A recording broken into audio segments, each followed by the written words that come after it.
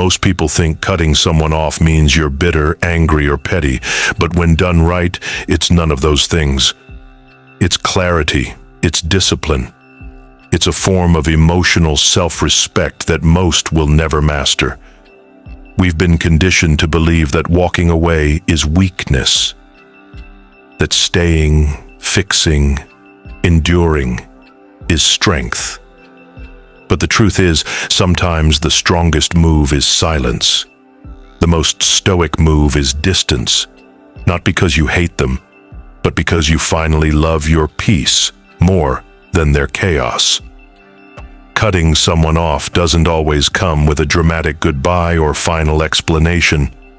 Sometimes it happens quietly, without warning. One day, you just stop responding. You stop explaining. You stop making room for people who take and never give. And it's not out of spite. It's because your energy has matured. You're no longer interested in draining conversations, one-sided loyalty, or apologies that never come. You're not looking for closure. You've become your own closure. The Stoics believed in choosing virtue over comfort. That includes the courage to walk away from what no longer serves your growth. And this isn't about emotional numbness. It's about strategic withdrawal. When you remove yourself from chaos, you're not quitting, you're reclaiming your focus, reclaiming your time, reclaiming your mind. There's a quiet strength in the man who doesn't need to announce his departure. No loud exits, no dramatic speeches, just distance, just removal. That's the kind of discipline people don't recognize until it's too late. When you cut someone off without anger, you're no longer reacting. You're responding to a pattern. You've studied the cycle, you've seen the red flags, and you're done repeating history. That's when walking away becomes more than a choice.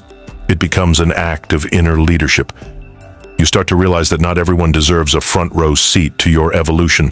Some people only knew the old version of you, the version that tolerated too much, gave too freely, and stayed too long. But that man doesn't live here anymore. The one who stayed hoping they'd change has been replaced by someone who knows he can change his environment instead. You stop giving people endless access to your attention just because of shared history. Respect is no longer assumed, it's earned daily. And here's the part most won't tell you. Cutting people off isn't just about them, it's about you. It's about how you protect your mind, your space, your progress. Every interaction either sharpens you or dulls you. When you start valuing mental clarity over emotional attachments, your circle shrinks, but your energy expands. You don't need more people. You need fewer distractions. That's the shift. And once you feel the power of that shift, there's no going back. Cutting people off doesn't make you heartless. It makes you intentional. You're no longer willing to bleed for people who wouldn't hand you a bandage. You've realized that not all connections are meant to be permanent. Some are lessons, some are warnings, and some are simply meant to be left behind. When a relationship constantly requires you to shrink, explain, defend, or recover, that's not connection. That's erosion. And you weren't built to erode. You were built to rise. There comes a point where protecting your peace becomes more important than preserving the illusion of loyalty. Just because you've known someone for years doesn't mean they belong in your future. Stoicism teaches us that detachment is not cruelty. It's clarity. You begin to understand that letting go isn't loss. It's alignment. It's making room for what fits who you are becoming, not who you were trying to be. The past version of you may have needed their approval, their company, their presence.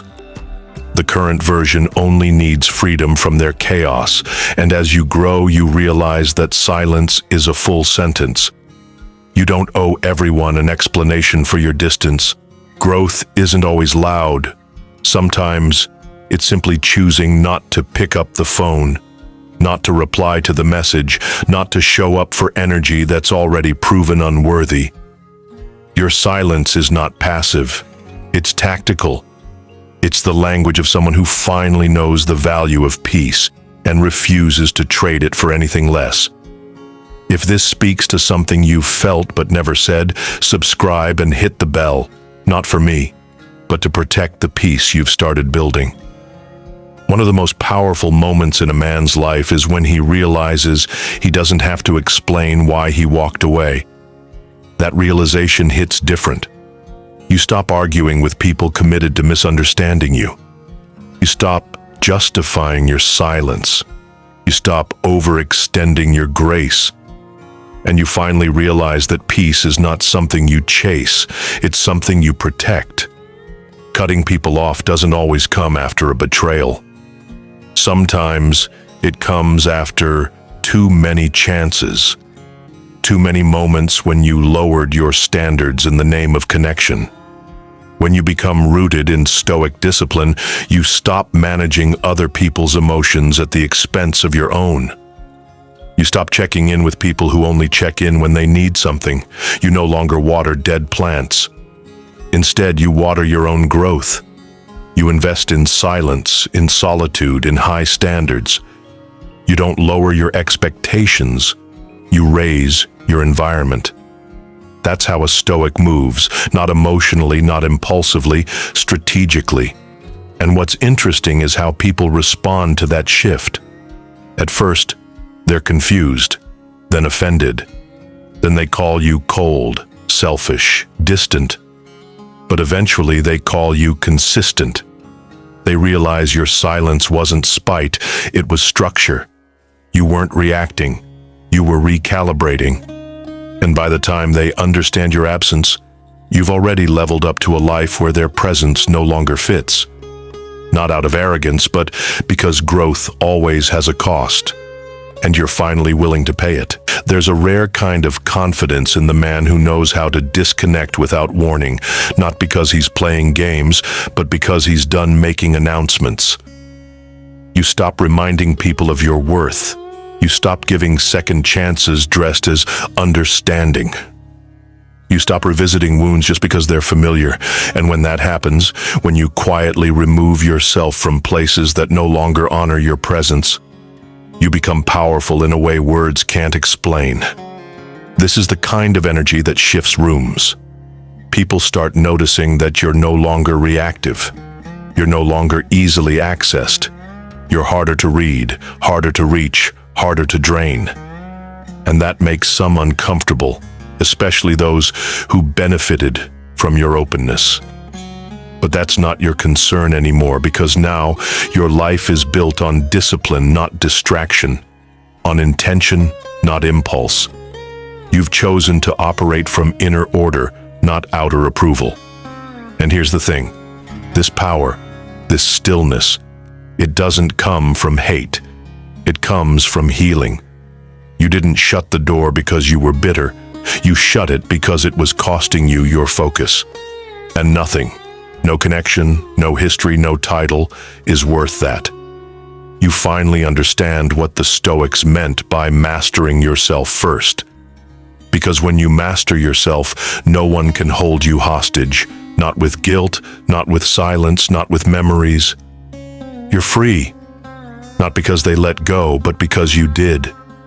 The more you grow, the less you tolerate noise. You stop replying to the same excuses. You stop investing in what keeps you stuck. And most importantly, you stop explaining peace to those who thrive on chaos. That's the point where cutting people off becomes less about them and more about who you're becoming. You don't carry resentment. You don't seek revenge. You simply stop returning to spaces that dishonor your evolution. And that quiet exit, that's the loudest message they'll ever get. You begin to understand that self-respect has a tone, and it doesn't beg, it doesn't plead, it doesn't overstay. It just walks away. With discipline, with clarity, with no need for validation, you no longer shrink yourself to be understood, to be accepted, to be loved. Instead, you expand, and let those who can't meet you at that level fade in the distance. Not from hate, from understanding. And here's where it gets real, because most people won't do this. Most will keep answering calls they don't want to take. Keep holding space for people who drain them. Keep staying where their presence is undervalued. But you know better now. So ask yourself, what version of you are you still keeping alive just to avoid cutting off what's slowly killing your peace?